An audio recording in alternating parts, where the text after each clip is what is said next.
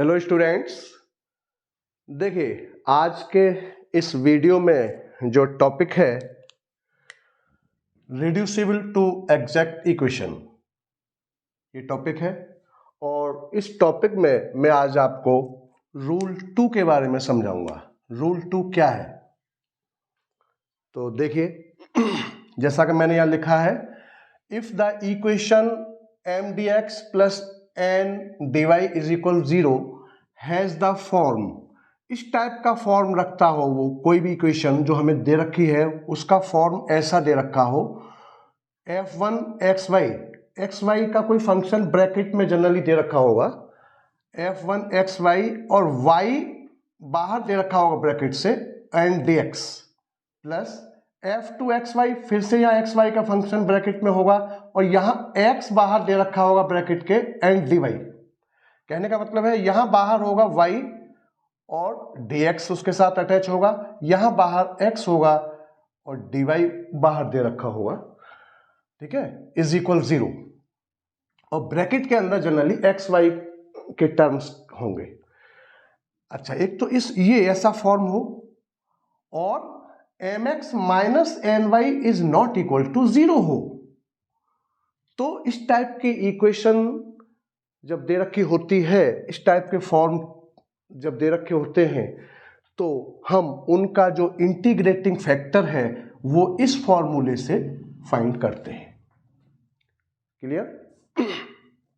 जब ऐसा फॉर्म दे रखा है, ये फॉर्म हो and m x minus N y is not equal to 0 हो, तो इस टाइप की इक्वेशन का इंटीग्रेटिंग फैक्टर इस फॉर्मूले से हम फाइंड करते हैं, 1 upon M x minus N Y, 1 upon में M x minus N Y, मतलब ये जो एक्सप्रेशन है इसी को 1 के अपॉन में रख देना है। ठीक, तो ये भी ध्यान रखना है कि हर रूल के अकॉर्डिंग आपका जो इंटीग्रेटिंग फैक्टर निकालने के जो फॉर्मूले हैं वो डिफर होंगे। ठीक है, ये रूल 2 का इंटीग्रेटिंग फैक्टर निकालने का फॉर्मूला है। मैंने इससे पहले वीडियो में रूल 1 का इंटीग्रेटिंग फैक्टर निकालने का फॉर्मूला बताया था, तो उसमें और इसमें डिफरेंस क्या है? वहां 1 अपॉन में वहां भी था एक्सप्रेशन, लेकिन वहां केवल प्लस था। रूल 1 में जो इंटीग्रेटिंग फैक्टर हम निकालते हैं वहां क्या था? होमोजीनियस हो, आपका इक्वेशन होमोजीनियस हो और m x plus n y is not equal to 0, ऐसा था वहां पर। तो वहां 1 अपॉन में M x plus n y था। ठीक है, रूल 1 में। तो रूल 1 का इंटीग्रेटिंग फैक्टर निकालने का फॉर्मूला अलग है, रूल 2 का इंटीग्रेटिंग फैक्टर निकालने का फॉर्मूला अलग है, रूल 3 का इंटीग्रेटिंग फैक्टर निकालने का फॉर्मूला अलग है, रूल 4 का, रूल 5 का, सारे जितने भी रूल्स हैं हर रूल्स में इंटीग्रेटिंग फैक्टर निकालने का फॉर्मूला अलग अलग नजर आएगा आपको। ठीक है, तो वो फॉर्मूले सारे याद रखने होंगे। ठीक है, और इसी से रिलेटेड मैंने ये क्वेश्चन लिया है। देखिए जरा, तो इस क्वेश्चन को सबसे पहले तो आप ये देखो कि ये मान लो एग्जैक्ट ही हो, एग्जैक्ट डिफरेंशियल इक्वेशन ही अगर हो तो आराम से उसका सॉल्यूशन हम फाइंड कर सकते हैं। तो पहले तो चेक कर लो। ठीक है, और अगर नहीं है तो फिर ये रिड्यूसिबल वाला केस है, तो आप इसको कंपेयर करेंगे पहले m d x plus n d y is equal 0, यही काम हम हर बार करते हैं। तो यहां से कंपेयर करने पर क्या निकल के आ रहा है? कंपेयरिंग किया हमने तो यहाँ m की वैल्यू यहाँ से क्या आया? y और 1 प्लस एक्स वाई। ठीक, ये निकल के आ रहा है। पहले आप देख लो इसको, और यहाँ से m y plus x y square, ऐसा आ रहा है m। ठीक है, और n क्या यहाँ से? n इज इक्वल आपका x1 माइनस एक्स वाई, तो इसको मल्टीप्लाई कर दो तो x माइनस एक्स स्क्वायर और आपका y, ऐसा हो गया ये n। अब इसका पार्शियल डेरिवेटिव जरा निकालना, del m over del y, m की जगह पर ये रख दो तो del over del y plus x y square. अब इसका पार्शियल x y के रेस्पेक्ट में हो रहा है, तो यहाँ क्या हो जाएगा? y का क्या हो जाएगा? 1 हो जाएगा, और फिर यहाँ का ये x कांस्टेंट है, y का यहाँ पर 2x और ये y हो जाएगा। कहने का मतलब है del m over del y is equal 1 plus 2x y, ये निकल के आ रहा है। यहां देखना जरा,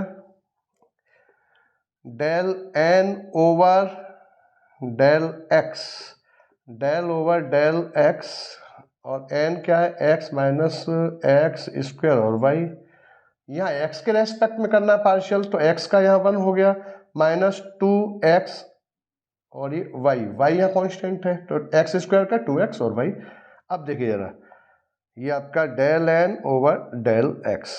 अब इसको देखिए और इसको देखें, फर्स्ट एंड सेकंड को, from first and second del m over del y is not equal to del n over del x। ये इक्वल नहीं है एक्सप्रेशन। आप देखिए यहाँ 1 प्लस 2xy है और यहाँ 1 माइनस 2xy है, ये दोनों इक्वल नहीं आ रहे हैं। जब दोनों इक्वल नहीं है तो गिवन डिफरेंशियल इक्वेशन जो है, ये आपका जो मान लो हमने a मान लिया, इसको a मान लिया, चलो तो ये गिवन, ये फर्स्ट एंड सेकंड मान लिया तो इसको a नाम दे दिया। Hence given differential equation is not exact।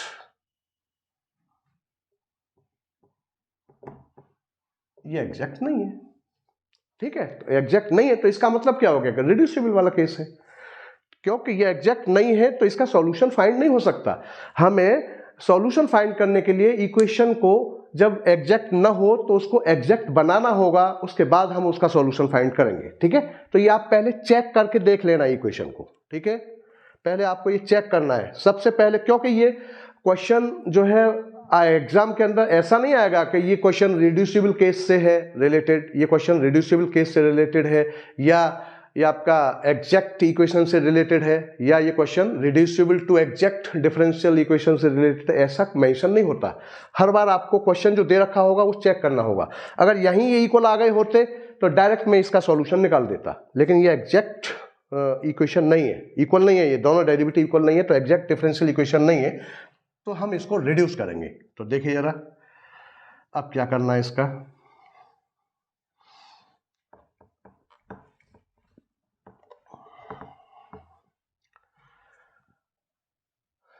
तो पहले तो आप देखें इस इक्वेशन को जो दे रखी है, पहले मैंने जो बताया जो रूल 2 है उससे ये मैच कर रहा है कि नहीं कर रहा है। देखो आप जरा इसको लिखिए जरा, f1 और xy और y dx, जरा इससे कंपेयर करना इससे, और प्लस f2 xy और x और dy इज इक्वल 0।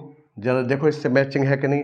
देखो f1 xy की जगह पर देखो ये फंक्शन यहाँ दे रखा है कि नहीं है, एक तरह से ये f1 xy की जगह पर ये ब्रैकेट वाला पूरा f1 xy, f2 xy के साथ देखो ये ब्रैकेट वाला पोर्शन पूरा, यहाँ f1 xy के साथ ब्रैकेट वाला ये पूरा पोर्शन, ये मैच कर रहा है, ऐसे मैचिंग देखना है आपको। उसके बाद देखो ये y dx, देखो ये y dx, यहाँ x dy, यहाँ x dy, इस टाइप से मैचिंग करना है। और दूसरा ये कंडीशन फॉलो होनी चाहिए, तब हम इंटीग्रेटिंग फैक्टर इस फॉर्मूले से लगाएंगे, निकालेंगे उसको, ठीक है। तो देखिए जरा, क्लियर हो गया, यहां से मैचिंग हो रहा है कि नहीं हो रहा है। अब इसका आप जरा कंपेयर करें, ठीक है। एक तो ये हो गया क्लियर, और उसके बाद हम यहां क्या निकालेंगे, पहले फिर से कंपेयर करके, ठीक है, इससे मैच करके दिखा दिया मैंने। उसके बाद फिर से आप m dx plus n dy is equal 0 से आप कंपेयर करें और m की वैल्यू फिर से निकालें। तो m इज इक्वल आपका, ये मल्टीप्लाई कर दूंगा डायरेक्ट में, y plus x y square, ये आ रहा है, ये मल्टीप्लाई कर दिया y का मैंने अंदर, तो y प्लस ये, एंड n की वैल्यू अभी जो मैंने लिखा था वही काम फिर से कर दिया है। यहाँ पर n की वैल्यू क्या आ जाएगी, x माइनस एक्स स्क्वायर, और ये y हो गया, ये भी मल्टीप्लाई कर दिया अंदर, ठीक है। अब एक तो ये इससे मैच कर रहा है इस फॉर्म से, दूसरा ये mx minus N y is not equal to 0, ये भी होना चाहिए, तो वो देखना है उसको। Now mx minus N y, इसकी वैल्यू निकालो इस एक्सप्रेशन की। तो m की वैल्यू यहां रखो, तो देखो y plus x y square, इसके साथ यहाँ x का मल्टीप्लाई हो रहा है, ठीक है।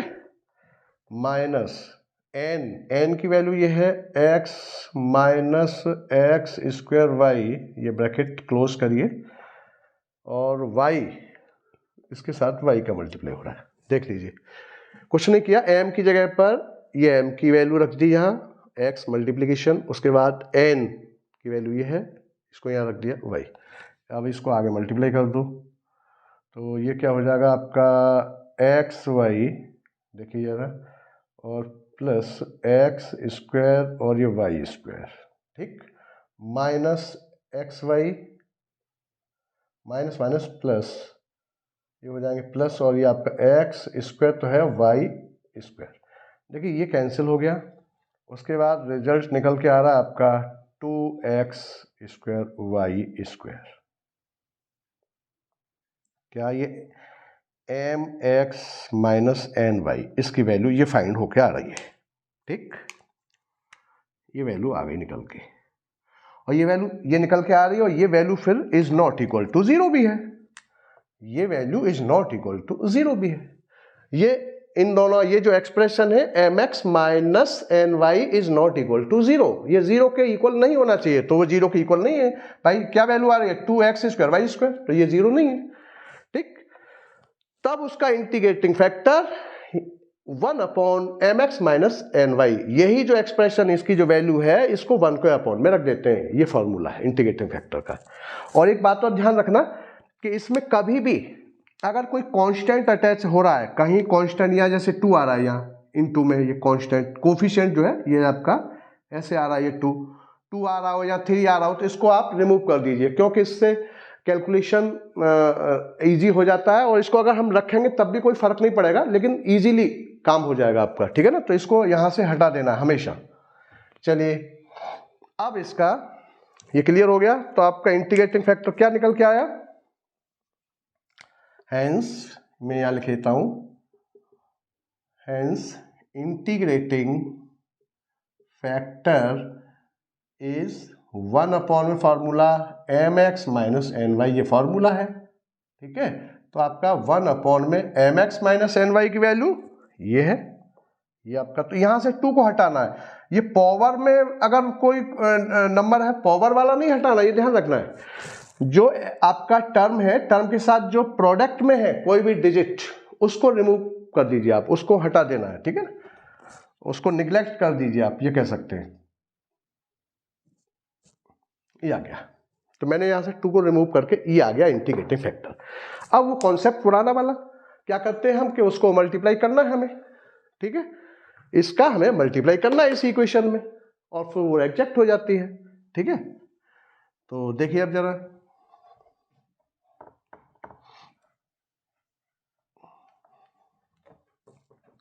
now multiplying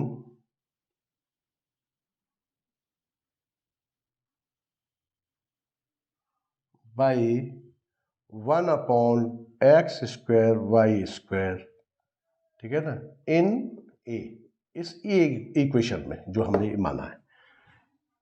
मैंने कल भी बताया था कि एक फंक्शन हमारा, एक जनरल फंक्शन है, उसका हम मल्टीप्लाई करते हैं, ठीक है, और मल्टीप्लाई करने के बाद में वो एग्जैक्ट बन जाता है। तो देखो इसका मल्टीप्लाई करो तो आपका 1 अपॉन में x square Y square into Y, 1 plus x Y D x, plus 1 upon में x square Y square into X, 1 minus x Y, और ये डी वाई इज इक्वल 0। ये हमने इसका इंटीग्रेटिंग फैक्टर का मल्टीप्लाई कर दिया, y से कैंसिल हो गया, तो 1 अपॉन में एक्स स्क्वायर और y, और 1 plus x Y D x, plus यहाँ x से ही x कैंसिल हुआ, तो 1 अपॉन में x और y square, 1 minus x Y और डी वाई इज इक्वल 0। अब इसका भी अंदर मल्टीप्लाई कर दो तो ये ऐसा हो जाएगा 1 अपॉन में एक्स स्क्वायर वाई, ठीक, और प्लस इसका जब मल्टीप्लाई करूंगा तो देखो यहाँ y से तो y कैंसिल हो जाएगा, और 1 अपॉन में x ऐसा बचेगा, ये देख लीजिए आप, ठीक, y से y कैंसिल, x अपॉन में रह जाएगा, इसी तरीके से यहाँ 1 में एक्स वाई स्क्वायर माइनस इसका मल्टीप्लाई करें 1 में एक्स एक्स कैंसिल, यहाँ वाई बचेगा और ये डी वाई इज इक्वल 0। अब इसका फिर से आप इसको चेक कर सकते हैं कि एग्जैक्ट है या नहीं है, ठीक है ना।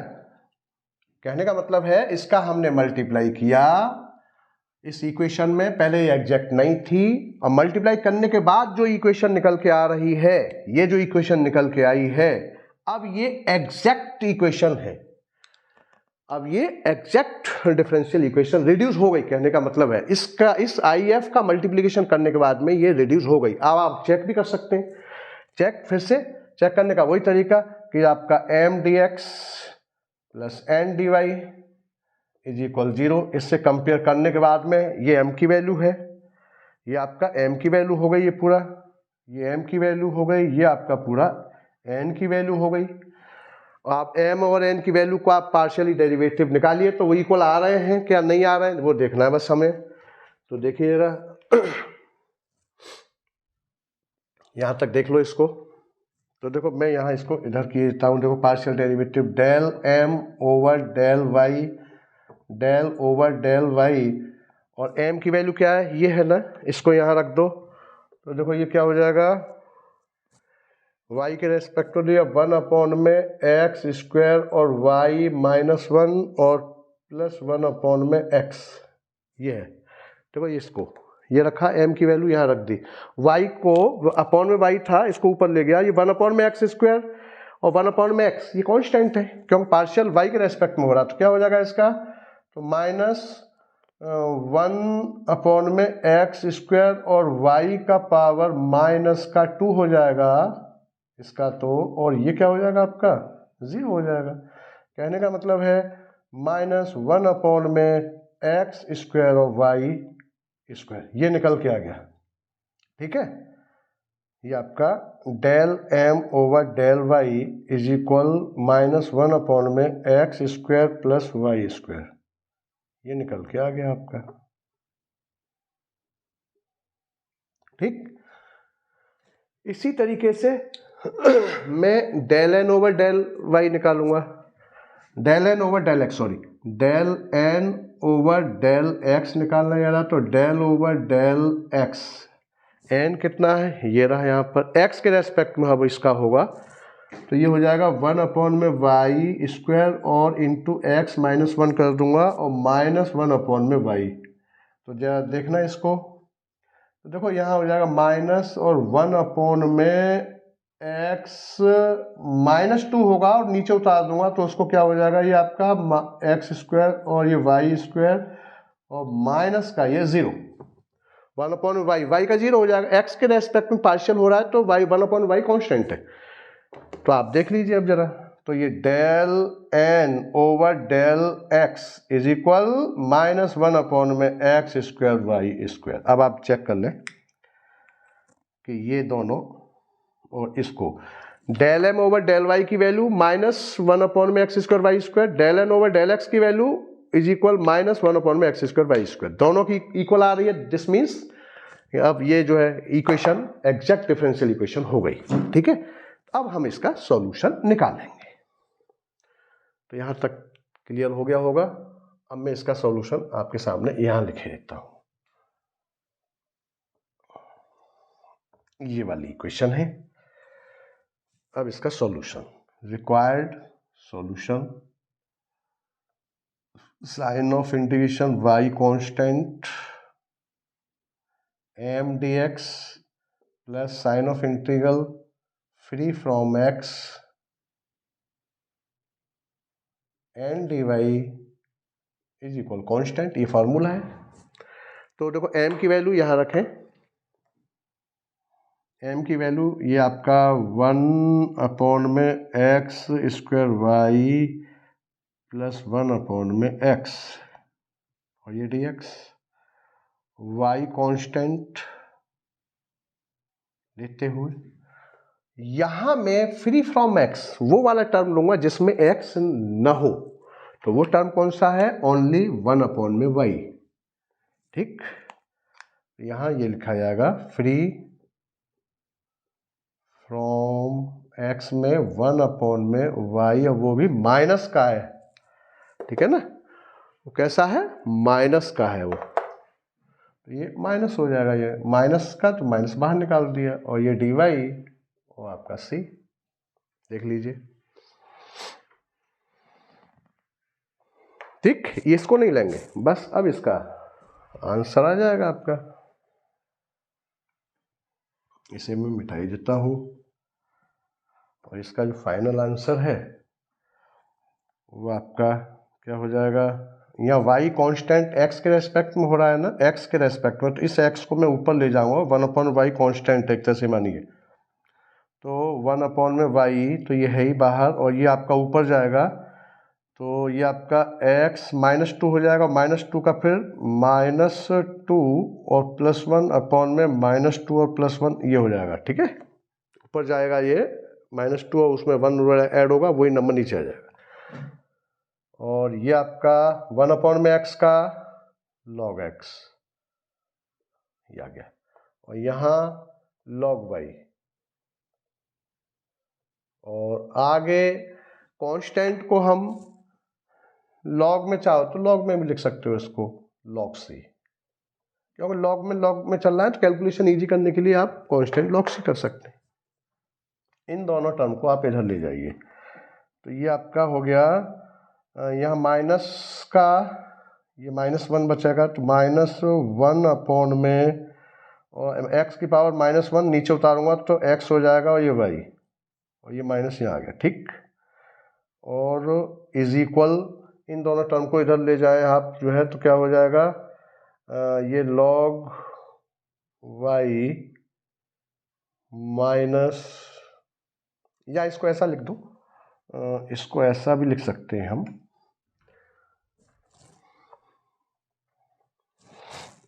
ये प्लस में ये हो जाएगा log x में y, और इज इक्वल log, और ये c, ऐसा भी लिख सकते हैं। अब इसको चाहो तो इधर ले जाइए, तो इधर लिखने पर ये फाइनल आंसर ऐसा हो जाएगा।